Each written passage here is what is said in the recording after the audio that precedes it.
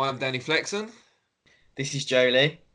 and we're here for the latest edition of Who Are You Backing? And this week, it's a clash of welterweight titans. No, not myself and Joe. As you can probably tell, my welterweight days are long gone Oh, in the rearview mirror. But Errol Spence Jr. and Terence Crawford, and battling together to see who would win out potential mega fight. And Joe, being a gentleman, at least while we're on Skype, I'm going to yeah. let you go first. What have you got for me? Well, thank you. Yeah. First of all, if you want to vote, there'll be in the I button. You can click that and then have your say.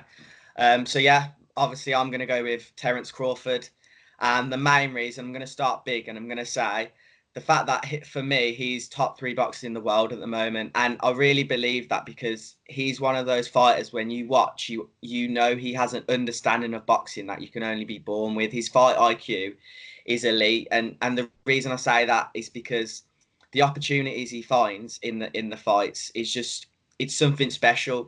He finds these combinations out of absolutely nowhere that a normal person and a normal fighter you simply can't find, and he lands them so well. So yeah, for me, my first point is instinct. He's boxing in IQ and instinct. Yeah.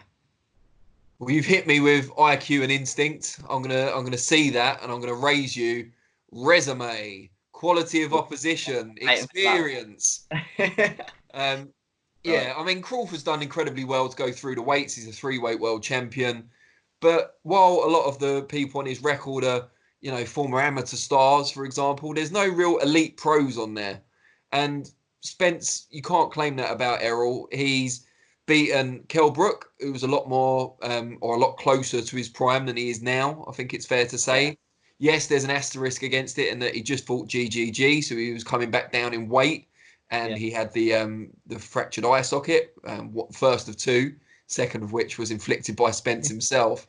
But then he's also gone on to beat Sean Porter in a close fight, which, no one dominates Sean Porter, so no shame in that. And then Mikey Garcia, yeah, Garcia is not a natural welterweight, even though he beat Jesse Vargas in his subsequent fight at 147.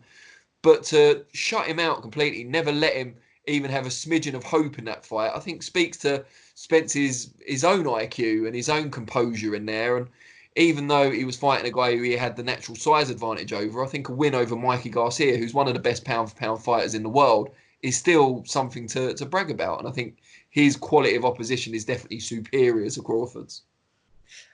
Yeah, that's a fairly reasonable point. I could give you that. But for me, and as you started off saying, is he hasn't beaten any elite pros, and that's testament to him. He hasn't made them look like elite pros because he's so dominant and because of his power and accuracy. He can damage opponents like this in a switch because he's got such venom in his shot. So he's the reason that it doesn't look like he's fighting elite pros, because in his last fight when he got knocked down, even though it wasn't given, it very well looked like one to me.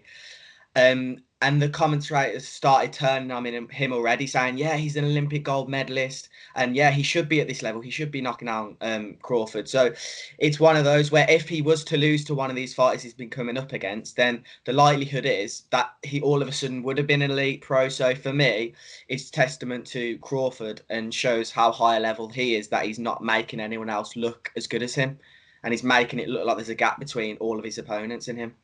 Yeah, I think that's a fair point. I mean, they're incredibly well matched, Spence and Yeah. Crawford, but I think if it comes down to kind of those fine margins of who's going to come out on top, then you have to look at size.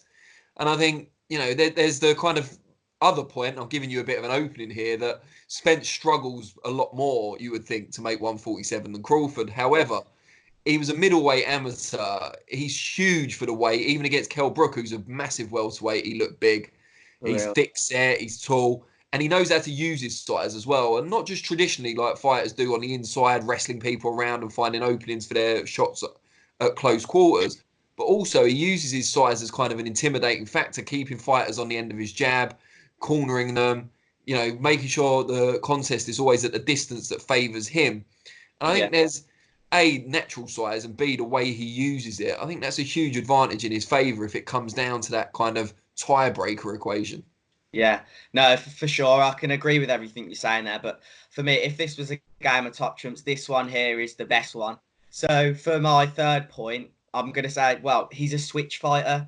so he can fight in orthodox and fight in southpaw. Therefore, when he's coming up against opponents, he can surprise them, be unpredictable. For example, Spence against Kell Brook, the first couple of rounds, he was testing his range, finding the distance, and slowly getting into the fight. But if you're doing that for the first 2 rounds of the Crawford fight, then you sort of possibility that you're going to lose out on some rounds. And then later on in the fight, say round 7, 8, when Spence starts to get tired, Crawford could then switch again. So therefore, Spence has to switch, sort of test the distance again, find the new jabs, the area, load up new shots. And therefore, I think he's going to be too unpredictable for him. Yeah, it's a good point. So once he's kind of warmed into the fight, worked out his rhythm and his distance, then Crawford's got the ability to switch it up.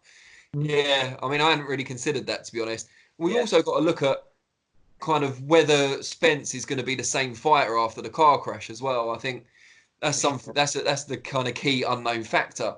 In a way, this lockdown or shutdown of boxing maybe aids him a little bit in that it puts everyone on a level playing field.